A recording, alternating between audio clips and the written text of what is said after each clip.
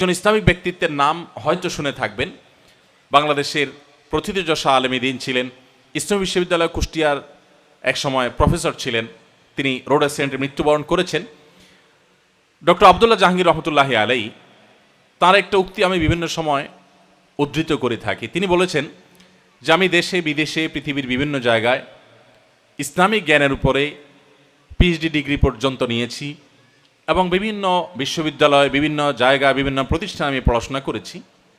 ইসলাম নিয়ে আমার যত পড়াশোনা আছে এবং অধ্যাপনা আছে, ইসলামের জ্ঞান চর্চার আমার সারা জীবনের সামারি যদি আমাকে আপনি বলতে বলেন, তাহলে আমি 2 লাইনে বলবো। প্রথম লাইন হলো, ঈমানের পর আল্লাহর মূল যে ফরজ নির্দেশগুলো, ফরজ সালাত, 5 ওয়াক্ত নামাজ, রমজানের রোজা, হজ, যাকাত, এগুলোর পর যেই কাজে বান্দার যেই কাজে আল্লাহ তাআলা সবচেয়ে বেশি খুশি হন, সেটি হলো বান্দা যখন মানুষ উপকার করে।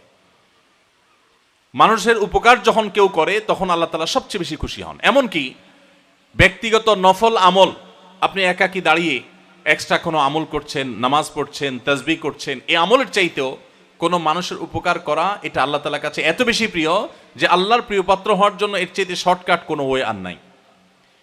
আর দ্বিতীয় লাইনটি হলো, শিরকের পর, বড় বড় অপরাধগুলোর পর মানুষের যে কাজে আল্লাহ সবচেয়ে বেশি অসন্তুষ্ট হন, সেটি হলো মানুষ যখন মানুষের ক্ষতি সাধন করে।